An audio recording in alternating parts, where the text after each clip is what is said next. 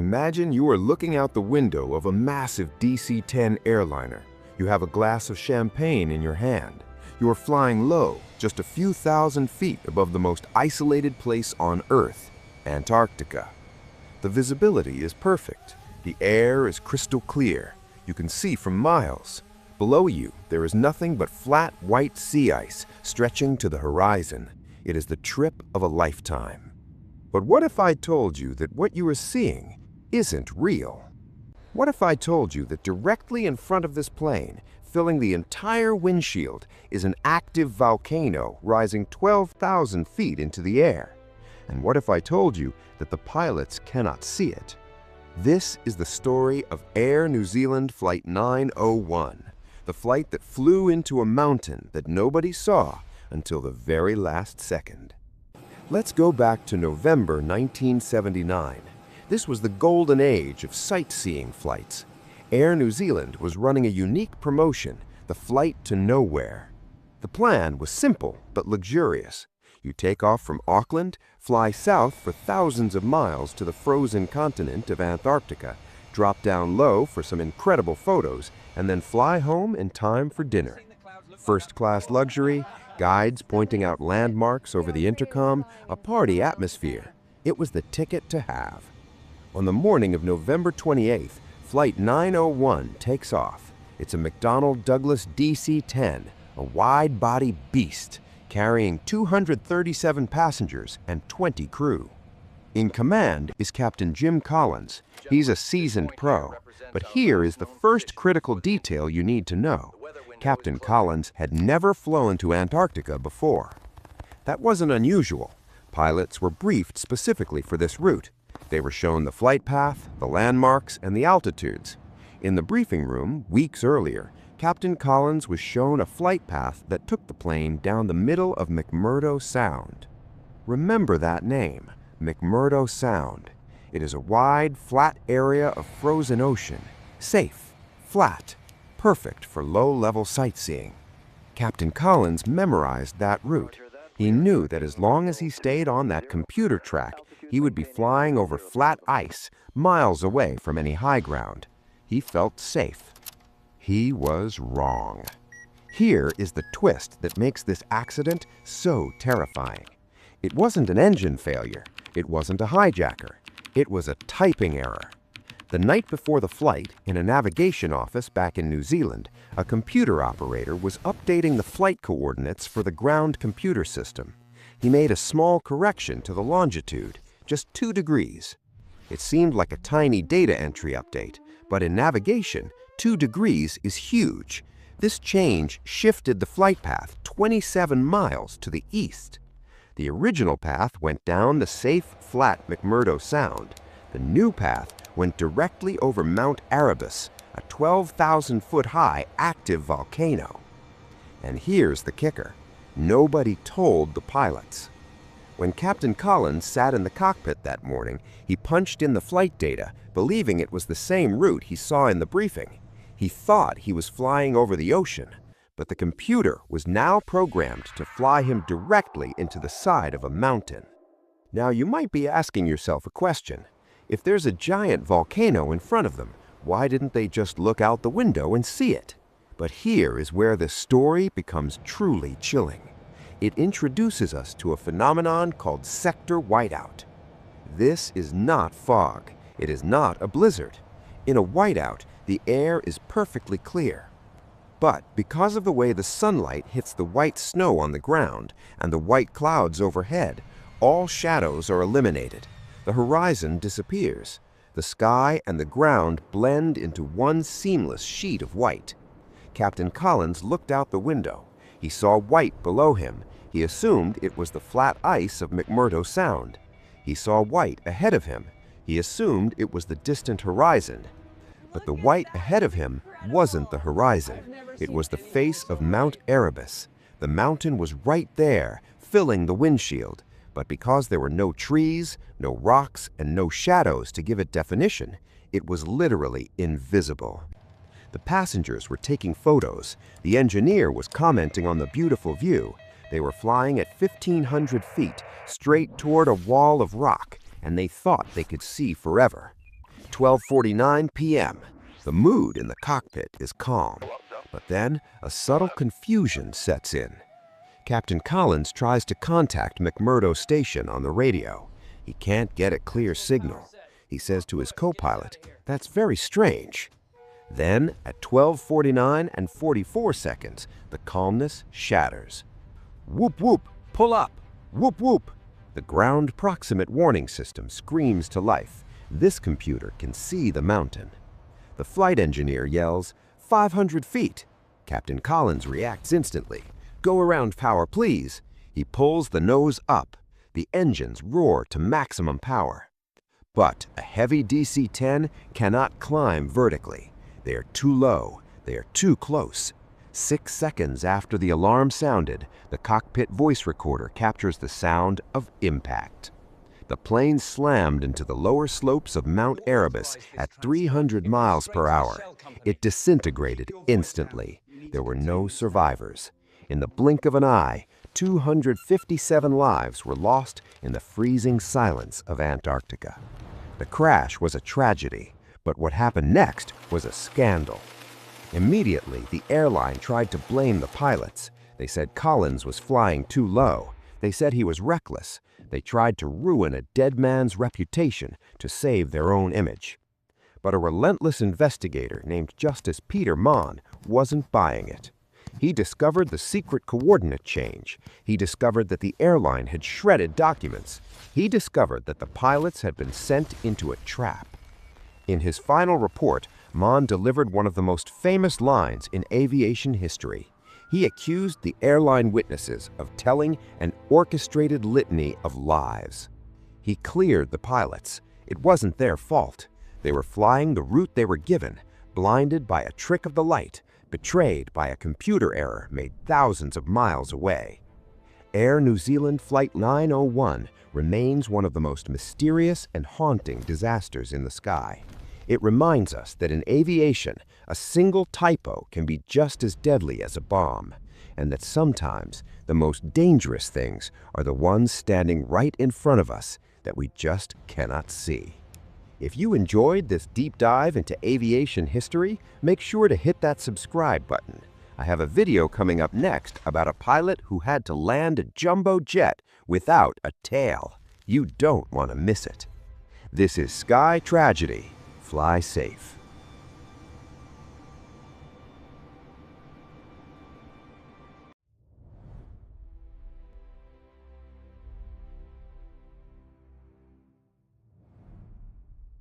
Imagine sitting in the passenger seat of a car on a highway.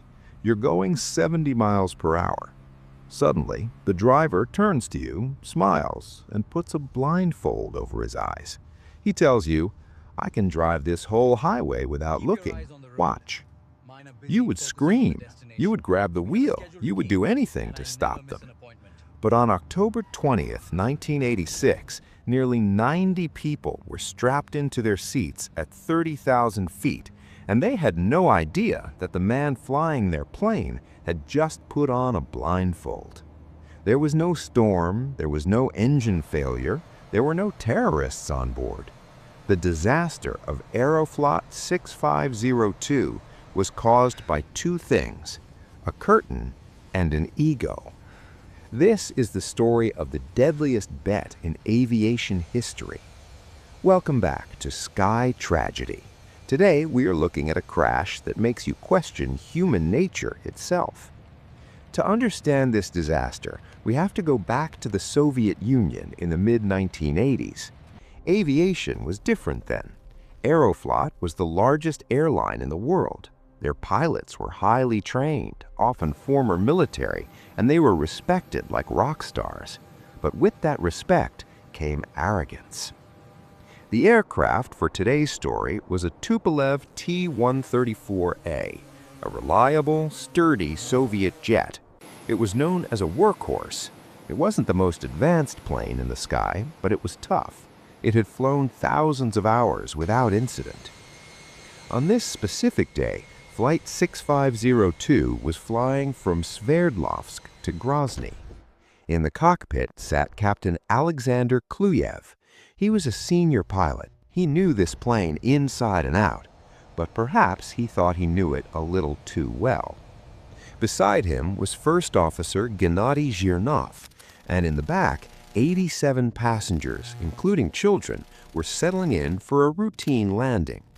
Everything was normal until the captain turned to his first officer and made a proposition. We often hear about Swiss cheese models in aviation accidents, where holes in safety layers line up to let a disaster through. But on Flight 6502, the captain didn't just wait for the holes to line up. He took a drill and made them himself. As the plane began its approach toward Grozny, Captain Kluyev felt bored. He felt that landing a plane with full visibility was too easy for a pilot of his skill level. He turned to Zhirnov and challenged him. The bet was simple, but insane. Kluyev said he could land the jet using only his instruments. He wouldn't look out the window, he wouldn't look for the runway lights, he would fly purely by the numbers on his dashboard until the wheels touched the concrete. This is what is called an instrument approach. Pilots are trained to do this in heavy fog or storms, but they are strictly trained to look up at a certain altitude called the decision height. If you can't see the runway by then, you go around. But Kluyev wanted to go further. He wanted to prove he was a master pilot. To make sure he didn't cheat, he ordered the cockpit curtains to be drawn closed. For the passengers in the back, the view out the window was clear, the ground was visible, but in the cockpit, the world went dark. At 3:48 p.m., the descent began. Captain Kluyev was now flying a 70-ton metal tube at 160 miles per hour, blind. The curtains covered the windscreen. He was staring intently at the artificial horizon and the altimeter. First Officer Zhirnov should have stopped this. Any rational pilot would have said no. But in the rigid hierarchy of Soviet aviation, you did not question your superior. Not only did Zhirnov agree, he didn't pull the curtains back. The plane dropped. 4,000 meters, 2,000 meters, 1,000 meters. The air traffic control tower in Grozny had no idea what was happening. They cleared the flight for landing, assuming the pilots were looking at the runway. Inside the cockpit, the tension was rising. Captain Kluyev was wrestling the controls, trying to line up with the runway he couldn't see. But there was a problem. The plane wasn't stabilized. They were coming in too fast, and their descent rate was too steep. If the curtains had been open, Kluyev would have seen the ground rushing up at him way too quickly. He would have seen the trees getting bigger. He would have pulled up. But all he saw were dials. As they passed the decision height, the point of no return, the safety systems began to scream. The Ground Proximity Warning System, or GPWS, blared to life. Terrain, pull up. This is the sound every pilot dreads. It means the computer has calculated that you are about to die. Usually, when this alarm goes off, pilots instantly slam the throttles forward and climb. It's an instinct. But Kluyev, he ignored it. He was so committed to winning the bet, so committed to his ego, that he believed he was smarter than the computer. He continued to descend into the blackness of the cockpit. At an altitude of roughly 60 meters, just 200 feet above the ground, First Officer Zhirnov finally panicked. He realized the captain wasn't going to stop. He called out to the captain. He urged him to find the runway lights, but it was too late. At 3:50 p.m., the bet came to an end.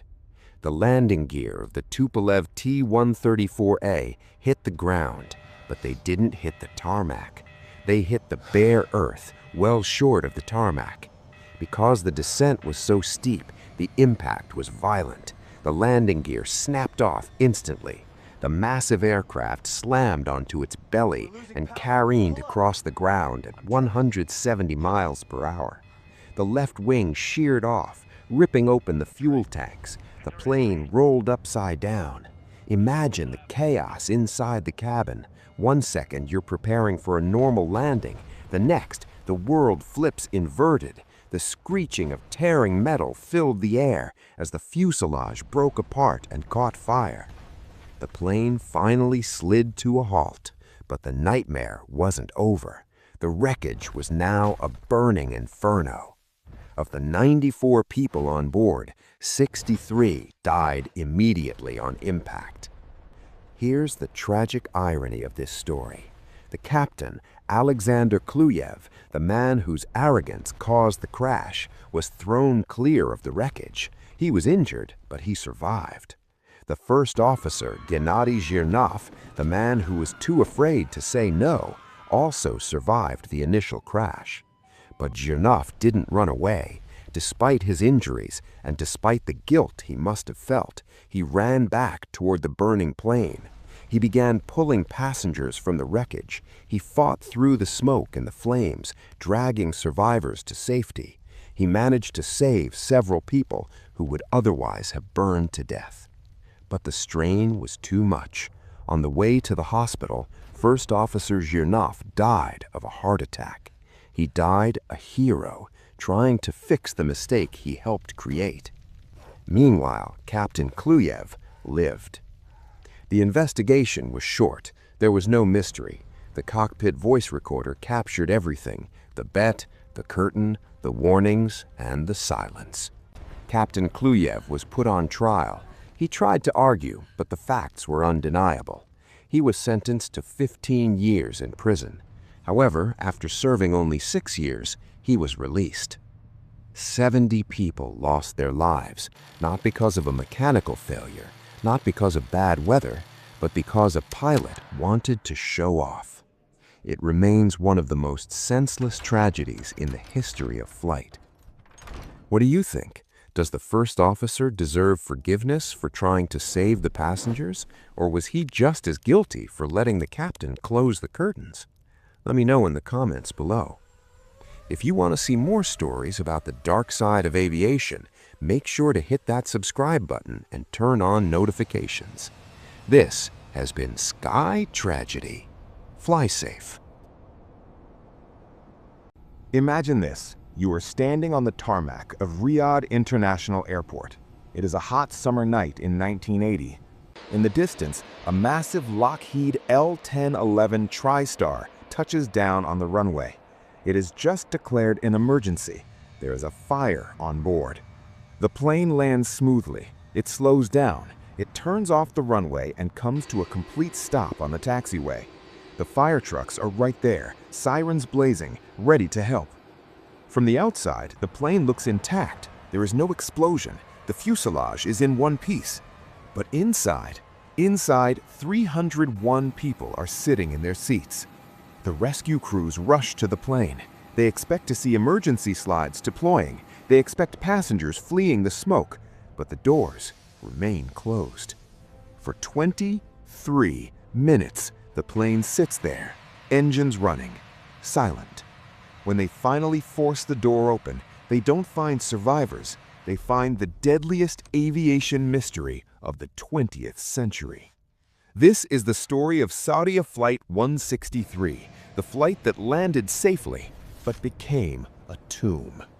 Welcome back to Sky Tragedy. Today we are breaking down a disaster that changed aviation safety forever.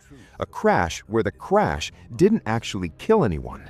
It was the decisions made after the landing that sealed their fate.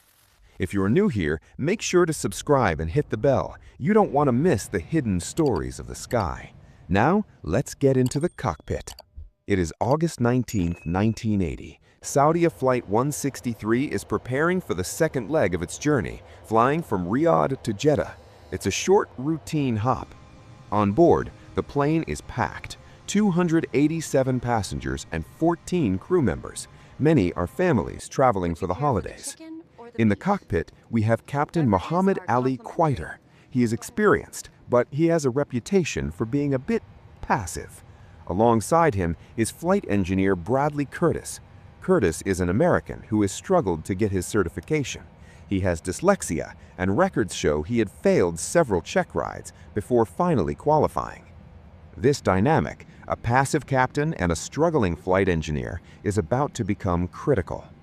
The plane takes off into the darkening sky. Everything is normal. The fasten seatbelt signs turn off. The crew begins serving dinner. But 7 minutes after takeoff, alarms shatter the peace. Beep, beep, beep. A smoke warning. It's coming from the cargo hold, cargo C3, in the back of the plane. Now, you have to understand, cargo smoke detectors in the 1980s were notoriously unreliable. They gave false alarms all the time. The flight engineer checks the panel. He thinks it might be just a glitch. But then, the flight engineer says something chilling. "Captain, we have a smoke reading." And a few seconds later, a flight attendant bursts into the cockpit. She isn't calm. She confirms it. There is real smoke in the cabin. Real smoke. This is not a drill. Captain Quieter makes the decision to turn back to Riyadh. They're close. It should be a simple return. But listen to what happens in the cockpit. This is where the tragedy begins. The crew is confused. They are trying to find the checklist for smoke in cargo hold, but the manual is thick and the flight engineer is struggling to find the right page. They are wasting precious seconds flipping through paper while a fire burns beneath the passengers' feet. Meanwhile, in the back of the plane, panic is setting in. The fire isn't just smoke anymore. It's heat. It's melting the control cables.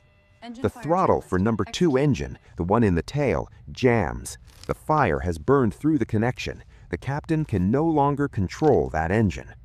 Despite this, they manage to line up with the runway. They can see the lights of Riyadh. They are going to make it. The tower clears them for landing. Fire trucks are already rolling out, waiting for them. The captain tells the tower, "Tell the fire vehicles to follow us." At this point, you're thinking, okay, they made it. Scary, but survivable. The wheels touch the ground. The plane is down. But this is where the logic ends and the horror begins. Standard procedure for an onboard fire is simple. Stop, drop, and evacuate. You slam on the brakes. You stop right on the runway. You blow the emergency slides immediately. You get people out in 90 seconds. But Saudia Flight 163 doesn't stop. Instead, the captain lands, and then he continues to taxi. He doesn't slam the brakes. He gently exits the runway. He drives the burning plane down the taxiway, further and further away from the fire trucks that were chasing him. Why? Investigators believe the captain was worried about blocking the runway. He was trying to be considerate to airport operations while his plane was burning. It takes the plane 2 minutes and 40 seconds just to taxi and stop. That is an eternity in a fire. Finally, the plane stops. The fire trucks catch up. The firefighters are ready to spray foam. But there is another problem, a massive problem. The engines are still running. Brrr. Because the engines are still spinning, the pressure inside the plane is high. The doors are plug doors. They open inward. If the cabin is pressurized, you physically cannot open them. The flight attendants are inside, desperately pulling on the door handles. They're screaming for the captain to shut down the engines, but the engines keep roaring. The firefighters outside try to open the doors, but they're locked tight by the pressure. They can't get in. The passengers can't get out. For 3 agonizing minutes after stopping, the engines continue to run. Finally, they shut down. But now, it's too late. The fire in the cargo hold has consumed the oxygen. The smoke is thick, toxic, and superheated. Outside, the airport is chaotic. The rescue crews don't have the right tools to break into a fuselage. They don't know how to open the L-1011 doors from the outside in an emergency. It takes them 23 minutes to finally get a door open. When the door swings open, there is no rush of people. There is no sound. A flashover, a sudden burst of flame erupts from the sudden oxygen rushing in. The plane is consumed. The autopsy reports revealed the heartbreaking truth. The passengers didn't burn to death. They were waiting. They were found sitting in their seats or piled near the doors. They had died of smoke inhalation long before the rescue crews got inside. If the captain had stopped on the runway, if the engines were cut immediately, if the doors had been opened just 5 minutes earlier, everyone could have walked away. Saudi Flight 163 remains a unique tragedy.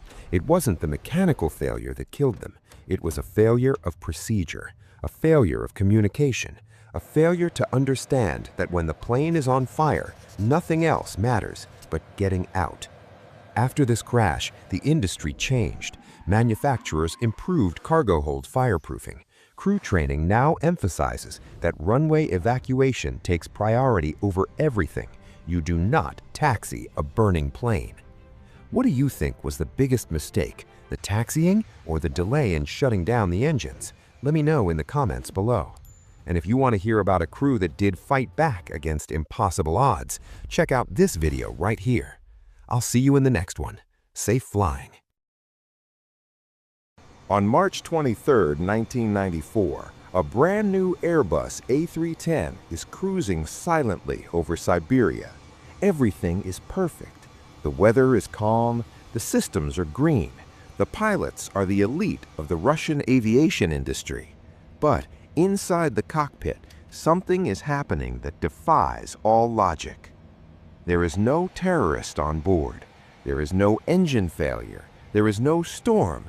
Instead, the cockpit voice recorder captures a sound that should never be heard on a commercial flight. It captures the voice of a child. Minutes later, Flight 593 would plummet from 33,000 feet, spinning violently into a snowy mountain range, killing all 75 people on board.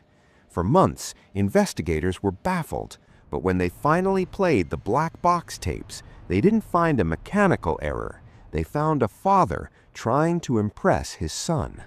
This is the tragic, infuriating story of Aeroflot Flight 593. To understand this tragedy, you have to understand the era. It's the early 90s. The Soviet Union has collapsed, and Aeroflot, once known for old, noisy aircraft, is rebranding. They're buying state-of-the-art Western jets. The Airbus A310 was the crown jewel.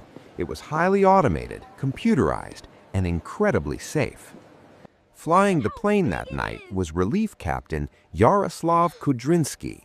He was one of the best. He had thousands of hours of experience, and on this specific flight from Moscow to Hong Kong, he decided to bring two special passengers along, his two children, Yana, his 12-year-old daughter, and Eldar, his 15-year-old son.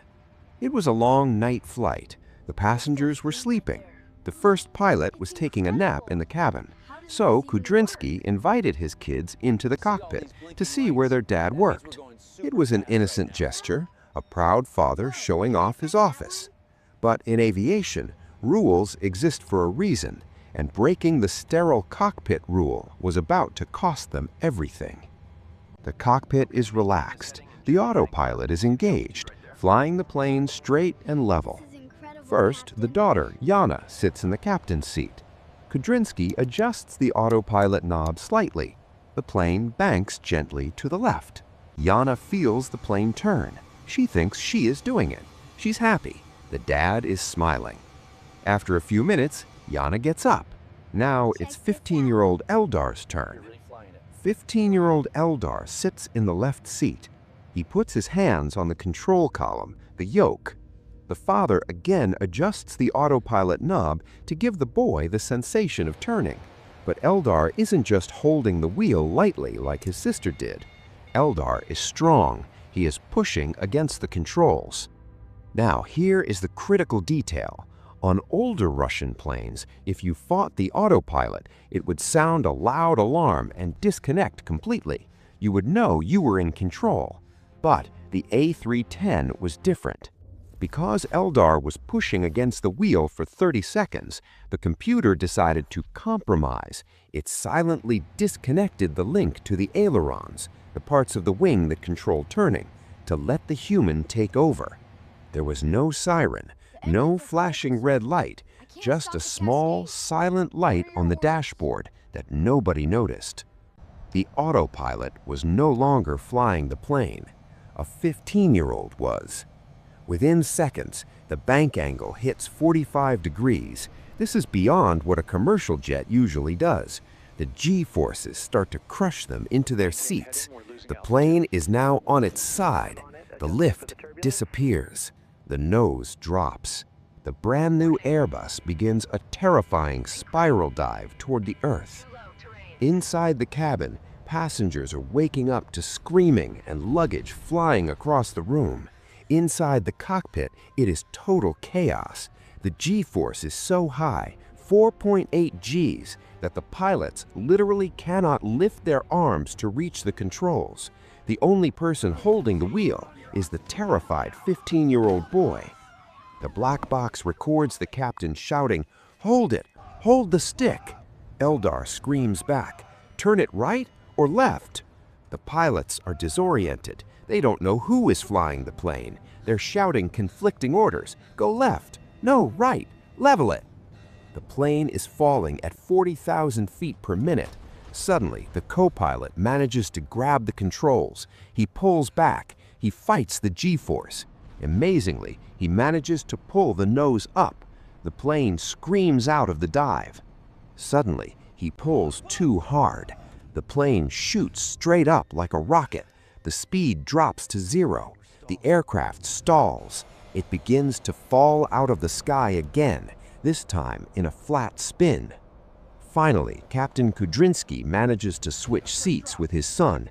He gets back to the controls. The pilots are professionals. They use every ounce of skill they have. They break the spin. They lower the nose. They pick up speed. They're regaining control. The wings are leveling out. They pull up one last time to avoid the ground. But they ran out of sky. The altimeter hits 0. Flight 593 crashes into a snowy hillside at high speed. The impact is instantaneous. Silence returns to the Siberian wilderness. When investigators reached the crash site, they were confused. The engines were working. The systems were fine. It wasn't until they listened to the cockpit voice recorder that the horror set in. They heard the children's voices. The public was outraged. How could a captain be so irresponsible? But the investigation revealed one final, heartbreaking twist. During the dive, the pilots were fighting the plane, trying to manually correct it. But investigators found that if the pilots and the boy had simply let go, the plane would have saved itself. The A310 had a safety system that prevented stalls. If they had taken their hands off the yoke, the computer would have leveled the wings and pulled out of the dive automatically. They fought so hard to save the plane that they actually prevented the plane from saving them. The crash of Flight 593 changed aviation forever. It highlighted the dangers of relying too much on automation and the absolute necessity of the sterile cockpit rule. 75 people lost their lives because of a father's desire to impress his son. It serves as a grim reminder that at 30,000 feet, there is no room for play. This was the tragedy of the kid in the cockpit. What do you think? Was it just arrogance or a confusing, stunning design flaw in the Autopilot? Let me know in the comments below. And if you want to see how a pilot survived being sucked out of a plane, click this video on the screen right now. You won't believe it. Imagine being in the sky. It is a beautiful Sunday evening over the Amazon rainforest. You are a passenger on a Boeing 737. You've been flying for 40 minutes on a flight that was only supposed to take 45. You look out the window, expecting to see the bright lights of your destination. But all you see is darkness, endless pitch-black jungle. Suddenly, the pilot's voice comes over the intercom. He sounds calm. He tells you there is a minor delay. But in the cockpit, the reality is terrifying. The pilots are completely lost. They have no idea where they are. They're flying in circles over the most dangerous terrain on Earth. And the most chilling part, they are running out of fuel. This is the story of Varig Flight 254, a tragedy caused not by a broken engine or a storm or a hijacking, but by a simple, tiny mistake. a mistake involving nothing more than a decimal point. September 3rd, 1989, Maraba Airport in Brazil. Captain Cesar Garces and First Officer Nilson Zile are preparing for the final leg of their journey. They are flying a Boeing 737-200 to Belém, a major city at the mouth of the Amazon River. It is a routine hop. The flight is short, just over 300 miles. It should take less than an hour. The weather is perfect, the plane is in top condition, the crew is relaxed. It is the end of a long day and they are ready to go home. But there is a problem before they even take off. In 1989, flight plans were still printed on paper. The computer systems were not as advanced as they are today. The heading for the flight to Belém is listed on the flight plan as 0270. This stands for 027.0 degrees, a heading of 27 degrees north-northeast. But Captain Garces glances at the paper. He sees the numbers 0270. His brain takes a shortcut. He interprets this not as 27 degrees, but as 270 degrees, due west. This seems like an impossible mistake to make. 27 degrees is north, 270 degrees is west. They are completely different directions. But the captain enters 270 into the flight computer. The first officer, who should be double-checking, also glances at the paper and copies the same number. They align the plane's navigation system to heading 270. The heading bug on the compass moves to west. They take off into the setting sun. For the passengers, everything feels normal. They climb to 29,000 feet. The flight attendants serve snacks. But outside the window, the sun is setting directly in front of them. If they were flying north to Belém, the sun should be on their left. Why didn't the pilots notice? It was the end of a long shift. They were tired, and they trusted the computer. They were flying deeper and deeper into the remote Amazon jungle, moving further away from civilization with every passing second. 45 minutes pass. The plane should be landing in Belém. The captain checks his instruments. The distance measuring equipment says they are close, but looking outside, there is no airport, no city lights, just the black void of the jungle. The pilots are confused. They believe they have somehow overshot the airport. The captain decides to turn the plane around. He thinks Belém is behind them. But here is the twist. They aren't near Belém. They aren't even close. They're hundreds of miles away. The instruments were picking up a radio beacon from a completely different airport, but the frequencies were similar enough to trick the equipment. They turn south, hoping to find the city, but they are just flying deeper into nowhere. The pilots are arguing. The maps are out, but nothing matches the ground below. The fuel gauges are dropping. They've been flying for over 2 hours on a 45-minute flight. The passengers are starting to panic. The flight attendants can no longer hide the truth. The engines are burning the last reserves of fuel. Captain Garces tries to tune in to different radio stations, desperate for a signal. Commercial radio stations, sports matches, anything to give him a clue of where they are. He finally picks up a radio signal from a local station. By listening to the signal fade in and out, he realizes the horrifying truth. They are not north. They are south, way south. They've been flying in the wrong direction for the entire flight. He looks at the fuel gauge. It reads 0. The engines sputter. The first engine flames out. The silence in the cabin is deafening. Seconds later, the second engine dies. The Boeing 737, a massive metal tube carrying 54 people, becomes a glider. They're falling out of the sky over the Amazon rainforest at night. There are no lights, no runways, only dense trees as far as the eye can see. The captain comes over the intercom one last time. He tells the passengers to brace for impact. Below them, the canopy of the jungle is waiting. The trees are over 100 feet tall. The plane hits the treetops. The sound is catastrophic. The wings shear off, tearing through the branches. The fuselage slams into the ground and breaks apart. The silence of the jungle returns, broken only by the screams of the survivors. Miraculously, 41 of the 54 on board survived the initial impact, but their ordeal wasn't over. They were stranded in the middle of the Amazon, miles from anywhere. The rescue teams were looking for them in the north, near Belém, but they were hundreds of miles to the south. It took 2 days for survivors to be found.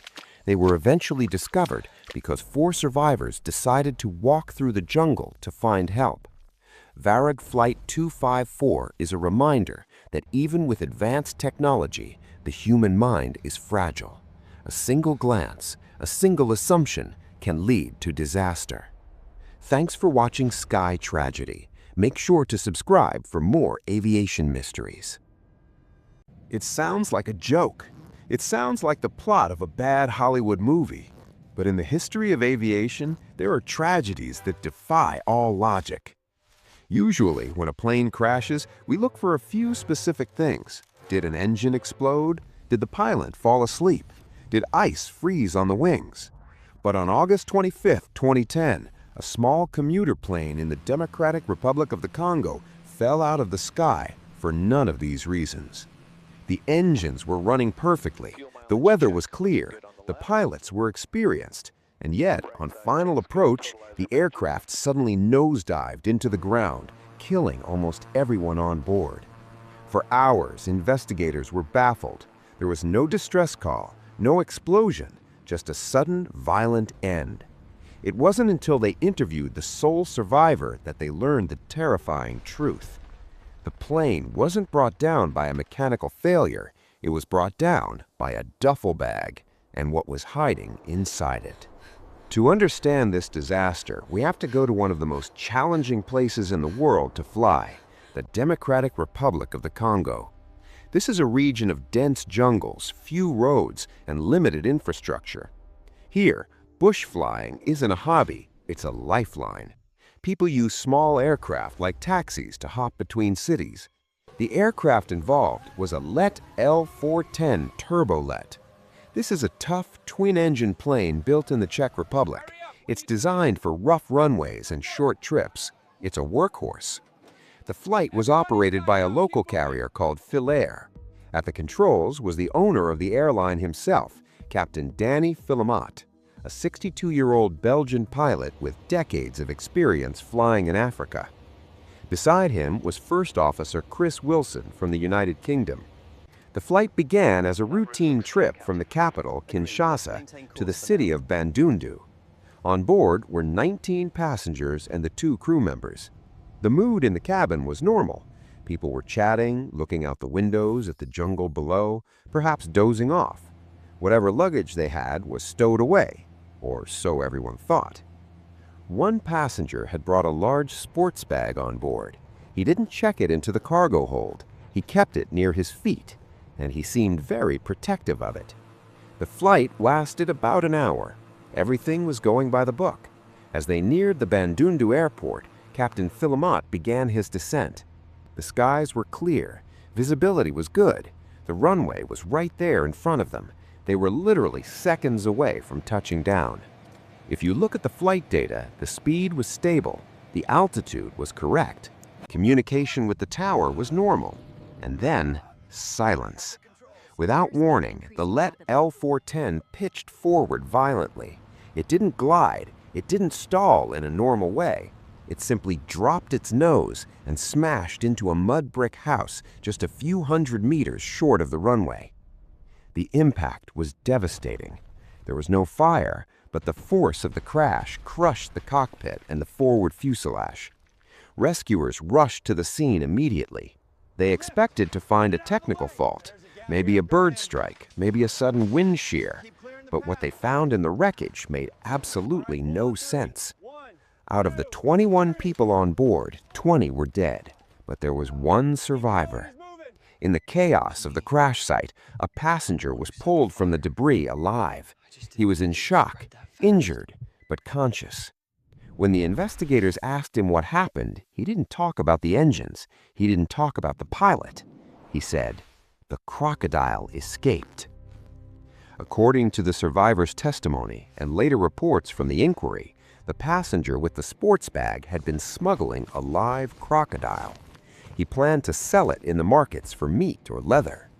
But as the plane was descending for landing, the zipper on the bag came loose, or perhaps the animal tore its way out. Suddenly, a mid-sized crocodile crawled out of the bag and into the aisle of the small, cramped cabin. Imagine the scene. You are strapped into a small metal tube thousands of feet in the air. Suddenly, a predator is loose at your feet. Panic was instant. The flight attendant, terrified, ran toward the front of the plane to get away from the animal. The passengers, seeing the crocodile and the flight attendant running, did exactly what human instinct tells you to do. They fled. This brings us to the actual cause of the crash. The crocodile didn't bite cables. It didn't attack the pilots. The crocodile caused a fatal shift in the center of gravity. Each airplane has a center of gravity, a balance point. Pilots calculate this carefully before takeoff. If the plane is too heavy in the back, it stalls. If it's too heavy in the front, it dives. The LET L-410 is a small plane. It relies on the weight being distributed evenly. When the flight attendant ran to the cockpit and 18 terrified passengers unbuckled and stampeded forward to escape the reptile, they shifted over 1 ton of weight to the nose of the plane instantly. The pilots, Philemot and Wilson, were fighting the controls, but you cannot fight physics. With all that human weight pushed against the cockpit door, the aircraft became nose-heavy beyond its design limits. The nose dropped. The elevators lost authority. The plane turned into a lawn dart. The irony is heartbreaking. The pilots were fighting a problem they couldn't see. They didn't know a crocodile was loose. They just knew their plane was suddenly diving into the ground, and nothing they did could stop it. The crash killed the pilots and almost every passenger instantly, but there is one final bizarre twist to this story. When the rescuers were sifting through the wreckage, clearing away the debris of the plane, they found the crocodile. Surprisingly, ironically, it had survived the crash. The animal that caused the disaster walked away from the impact with barely a scratch. However, in the confusion and fear of the moment, the rescuers killed the crocodile with a machete before realizing it was the cause of the accident. The official investigation listed the probable cause as a loss of control due to a shift in the center of gravity caused by passengers fleeing an escaped animal. It remains one of the most unusual and tragic accidents in aviation history. We often fear turbulence or engine failure or pilot error, but Flight 2010 reminds us that sometimes the most dangerous thing on a plane isn't the machine itself. It's the unpredictability of what or who is inside the cabin with us. 20 people lost their lives because of one zipped bag and a moment of panic. If you thought this story was shocking, you won't believe the story of Aeroflot 593, where a pilot let his 15-year-old son sit in the captain's seat with disastrous results. I'm going to break down that tragedy in the next video. Make sure you are subscribed so you don't miss it. Fly safe, and I'll see you in the next one.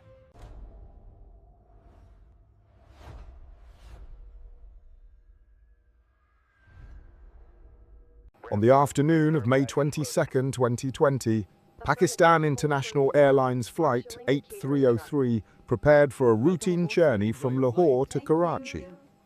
On board, 91 passengers and 8 crew members.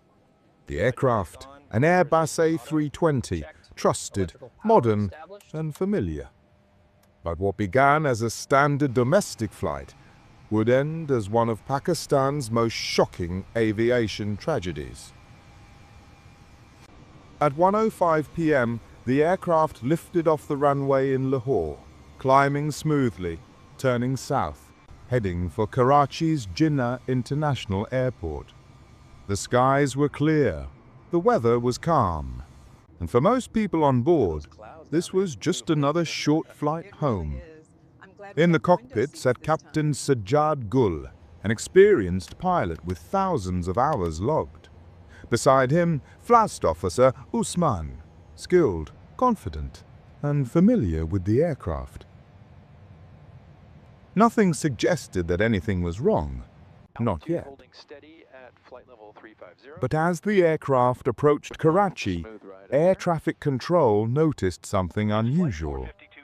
The flight was high, too high for a standard approach, too high to descend safely to the runway. The controller instructed the pilots to turn left and descend, but moments later, the Airbus was still coming in fast and dangerously high. Inside the cockpit, the workload increased. Alarms began to sound, first quietly, then insistently. The pilots attempted to correct their approach, but the sequence of decisions that followed would put the entire flight at risk. At 10 nautical miles out, the aircraft should have been around 3,000 feet. Instead, it was nearly 7,000 feet. The crew deployed the landing gear, but moments later, they retracted it again. A confusing action, one that would become crucial in the minutes ahead. Ignoring multiple warnings, the pilots continued the approach.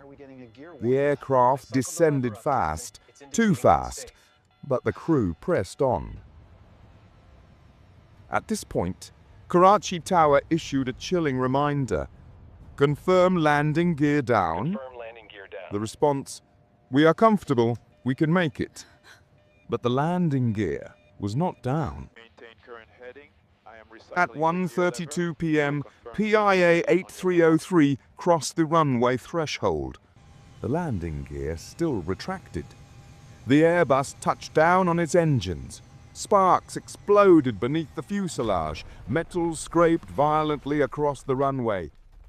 Both engines tore apart from internal damage as they struck the ground. Passengers felt the aircraft slam, then lift, then shake. The pilots pushed the thrust levers forward. The Airbus struggled back into the air, both engines now critically damaged. The aircraft was airborne, but it was a gliding, dying machine. At 2,000 feet, the engines began to fail. Engine 1 lost power. Then Engine 2 began to surge violently. The cockpit filled with alarms. The first officer issued a desperate call. We have lost engines. Mayday, mayday. Controllers tried to guide them back, but it was already too late. The aircraft could no longer maintain altitude.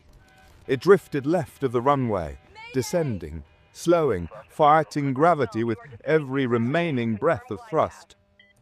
The city of Karachi stretched beneath them.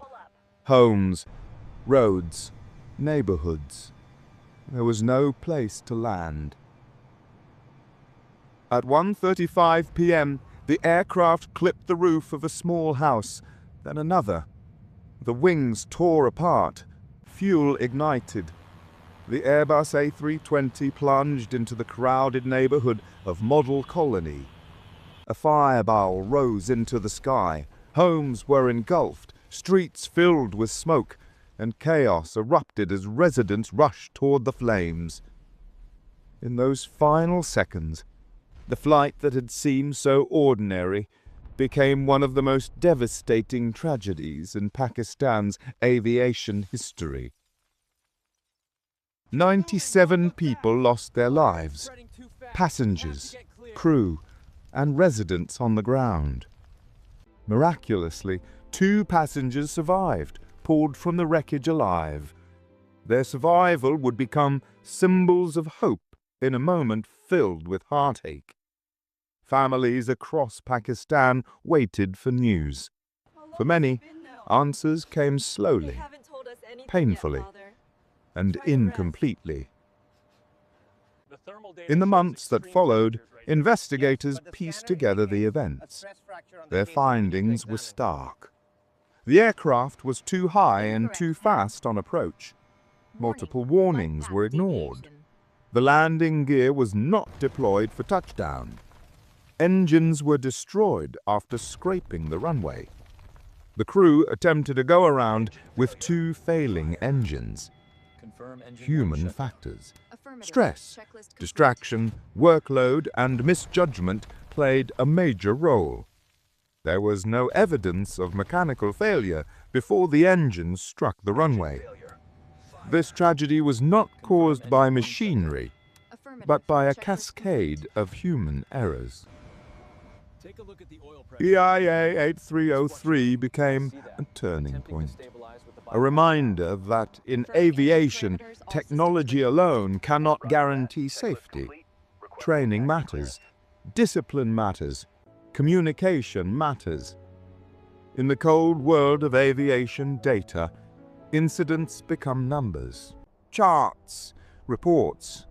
But behind every number are lives, families, dreams, stories left unfinished. Today, PIA 8303 stands as a lesson written in tragedy, but remembered in hope. Hope that the mistakes of the past will guide safer skies in the future. Hope that every passenger boarding a plane arrives safely home. And hope that the loss of those 97 souls will never be forgotten. On July 17, 2014, Malaysia Airlines Flight 17 lifted off the runway in Amsterdam, heading for Kuala Lumpur. It was supposed to be a routine long-haul flight, a peaceful journey across Europe and Asia. But just hours later, the world would witness one of the most shocking tragedies in modern aviation. A commercial airliner destroyed at cruising altitude in a war zone thousands of feet below. This is the story of MH17. What happened, why it happened, and how it changed aviation forever. Flight 17 took off at 12:31 p.m. local time. On board were 298 people, passengers, crew members, families, students, vacation travelers. People from 10 different countries, all heading to Southeast Asia. The aircraft was a Boeing 777-200ER, a reliable long-range twin-engine airliner, one of the safest aircraft ever built. Cruising smoothly at 33,000 feet, the flight crossed Germany, then into Poland and toward eastern Ukraine. At the time, a conflict was already underway on the ground, but many international airlines were still operating through the region. The airspace was open, and no warnings suggested civilian aircraft were at risk at high altitude. At 1:20 p.m. UTC, MH17 entered the skies over the Donetsk region. The crew checked in with air traffic control. Everything appeared normal. Then, at 1:20 p.m. in 3 seconds, radar screens showed something impossible.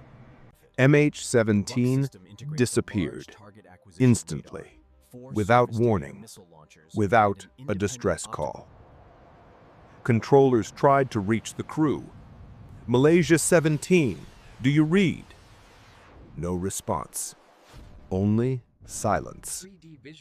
Within minutes, reports emerged from the ground. A huge explosion, burning debris falling from the sky, and wreckage scattered across fields and villages.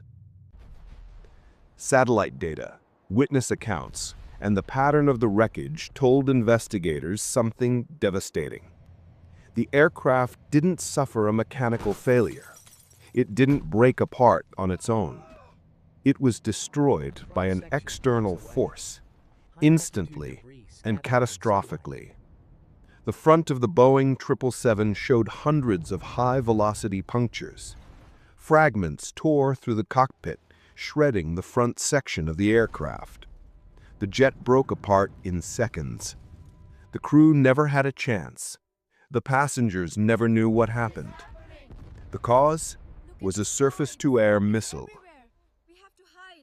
The weapon was identified as a Book 9 M38 series missile, a powerful system capable of reaching aircraft flying above 30,000 feet.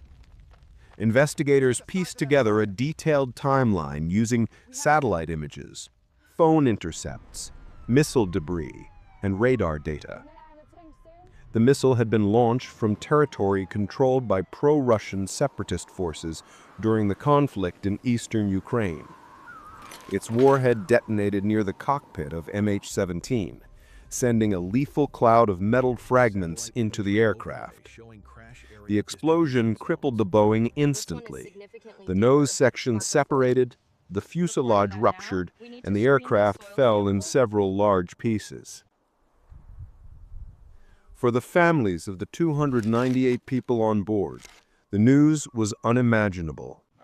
Entire families were lost. Researchers traveling to a conference in Australia, children on summer vacation, people returning home after long trips. The tragedy sent shockwaves around the world. It wasn't just an accident. It was the destruction of a civilian aircraft caught in a conflict far from its control. Memorials were built across Europe and Asia. Nations demanded answers, and aviation authorities were forced to confront a difficult question. How did a commercial flight end up over a battlefield? Before the crash, the airspace over eastern Ukraine was partially restricted below certain altitudes, but still open for flights cruising above 32,000 feet. Many airlines had already rerouted around the conflict, but others continued to use the corridor, including multiple flights on the same day as MH17. The tragedy exposed a critical weakness in global aviation. No centralized system existed to warn airlines of military threats. Since MH17, aviation authorities now apply stricter risk assessments, and many nations issue clearer warnings about conflict zones. MH17 became a turning point, a reminder that wars on the ground can reach the skies above. The accident changed international policies, improved intelligence sharing, and reshaped how airlines route their aircraft. But the story of MH17 remains, most of all, a human tragedy. A flight full of ordinary people whose lives were ended in an instant by a conflict they had nothing to do with. Today, the crash site is quiet. The fields are green again, but the memory of July 17, 2014 still echoes around the world. MH17 will always be remembered, not only as an aviation disaster, but as a tragedy that changed the very meaning of safety in the skies. May they all rest in peace.